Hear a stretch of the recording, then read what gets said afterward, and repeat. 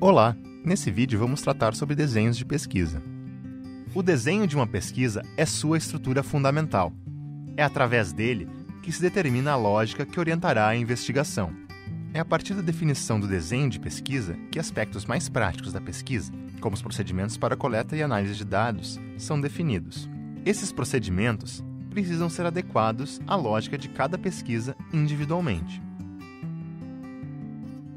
Existem três tipos principais de desenho de pesquisa: o experimental, o quase experimental e o não experimental. A escolha do tipo de desenho de pesquisa depende dos objetivos da pesquisa e do contexto que será pesquisado.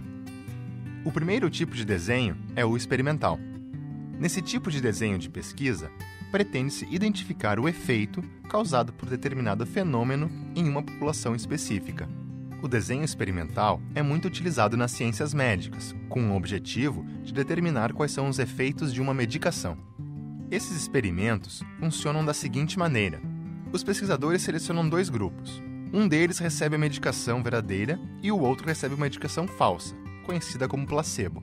O grupo que recebe a medicação verdadeira é chamado de grupo de tratamento. Já o grupo que toma a medicação falsa é chamado de grupo de controle. É importante que os componentes de ambos os grupos tenham características semelhantes, para que nenhum outro fator influencie no efeito da medicação testada. No método experimental, o pesquisador pode escolher quem vai integrar os grupos de tratamento e de controle. Assim, ele tem boas possibilidades de neutralizar outros fatores que de outra forma poderiam influenciar o resultado da pesquisa.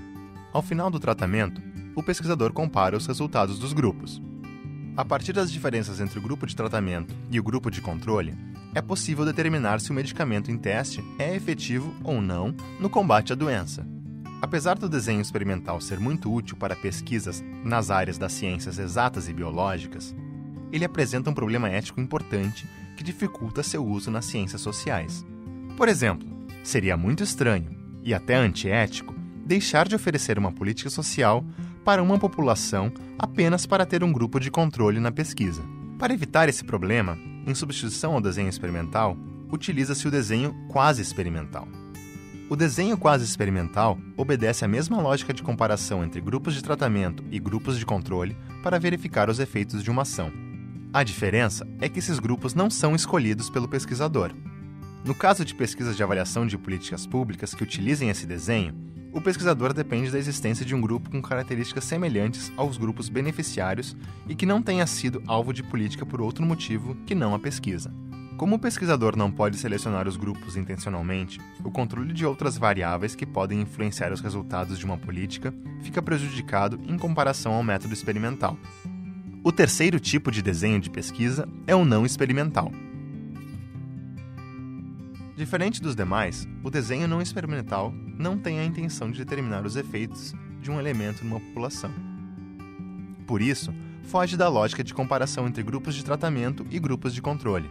As pesquisas não experimentais são utilizadas para responder perguntas sobre como é determinada a realidade social. O principal objetivo desse tipo de pesquisa é descrever fenômenos. Agora que você conhece um pouco mais sobre desenhos de pesquisa, é hora de colocar o seu conhecimento em prática. Bom trabalho!